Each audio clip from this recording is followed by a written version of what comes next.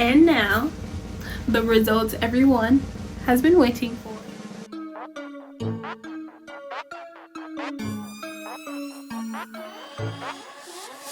Good morning, good evening, good afternoon, and good night to all of you lovely people watching this video. My name is Miss KK, and we're gonna look at part 2 of this weight loss journey for the... Alright guys, so let's get into this video. I have my laptop queued up and we're gonna look at these videos and see how it went. I will say, I do remember how I was feeling during that time, because this was about a month ago and I have been able to keep the weight off. Thank God.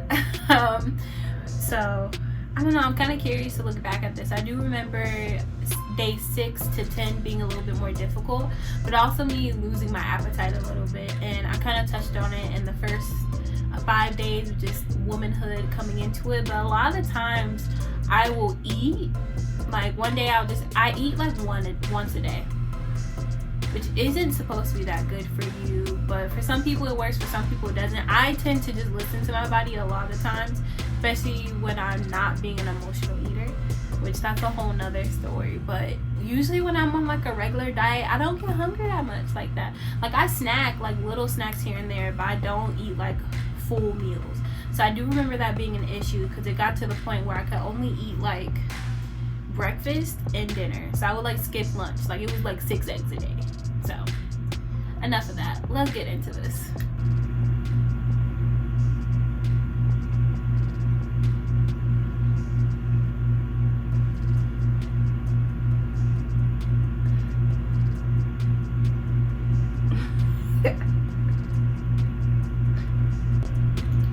Okay, so I kind of laughed because, yeah, that day was hard. With a hard NT, okay? At the end, it was hard. And, yeah, I think this was probably like the last day I was on my monthly, which was great. And I did push myself. I ended up going to the gym, so I said what I said. I got up out of bed, did those exams, got those A's, you hear me, okay? And I ended up having a UFC class, which instead of it being boxing or kickboxing, ended up being daily ultimate training, which is basically another way for saying circuit training.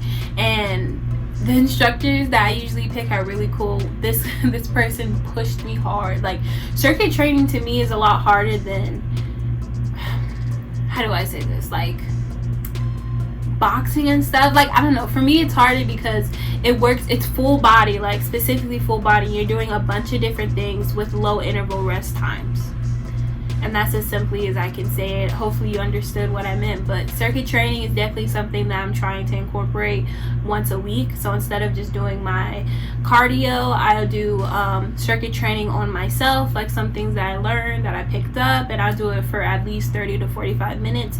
And I might do like 10 to 15 minutes of just treadmill or stairs. Mostly stairs. I'm trying to stick to stairs. You know, we gotta do some things differently, because our body can get used to anything and just stay stagnant, and we don't want that. No.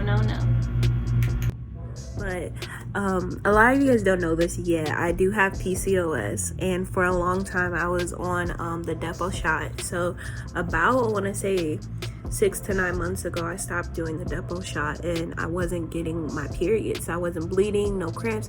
It was like gone during that time.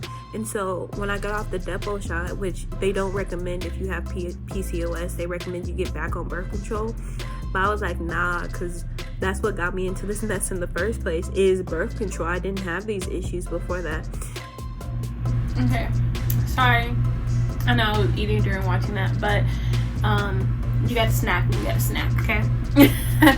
But if you guys want me to, please comment down below if you want me to talk about my birth control and my PCOS story, and kind of how I've been finding out about that and handling it.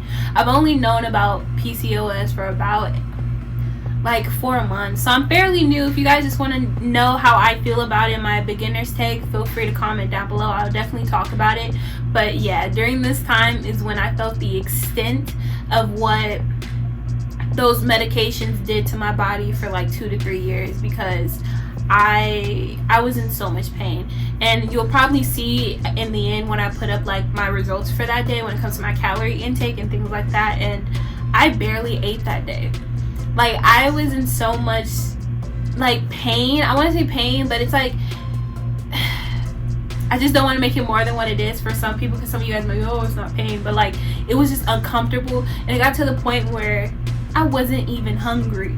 Like that's how much I was in pain. I can't think of another word, y'all, but that's how much I was in pain. And yeah, if you guys want to hear more about that whole situation, please comment down below, like this video, and make sure you share it, and I'll definitely come out in the future with those type of videos. So yeah, day 7 was struggling, but I was handling it pretty well.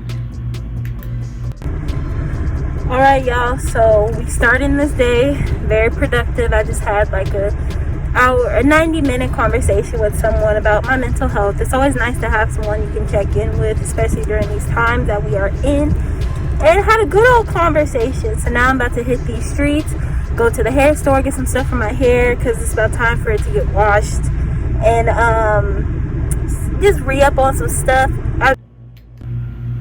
And for all of you product junkies out there, raise your hand.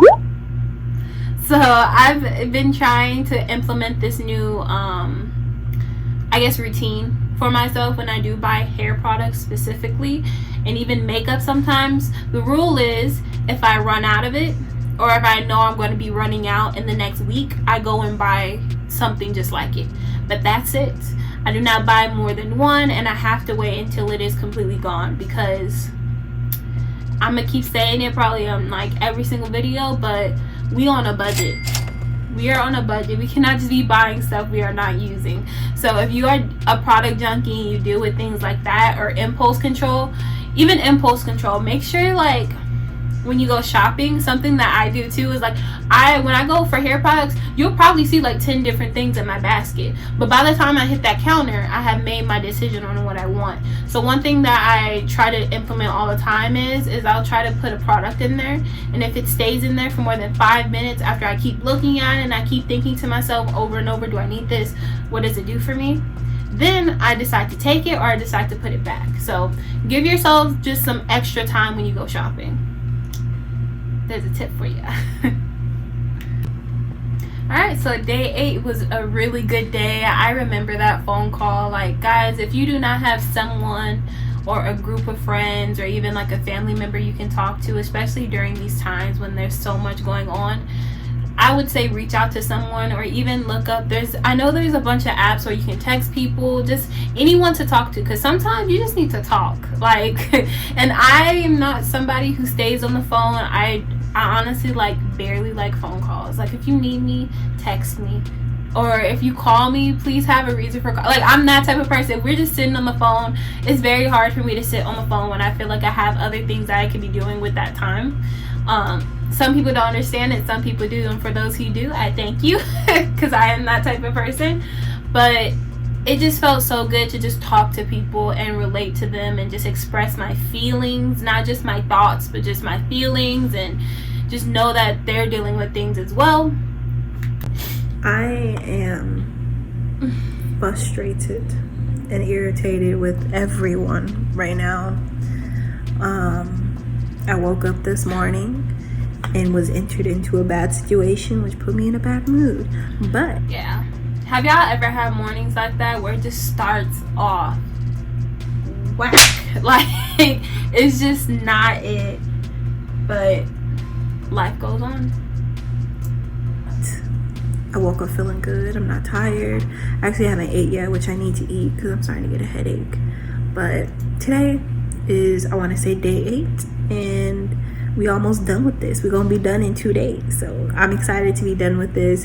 I am tired of eating eggs and tired of buying eggs, and I'm ready for something different. So thank you guys for sticking along for this video. I really appreciate it, and stay young and stay hungry, you guys. You heard the girl. I'm excited, and I'm so happy for you guys to be watching my journey, so thank you.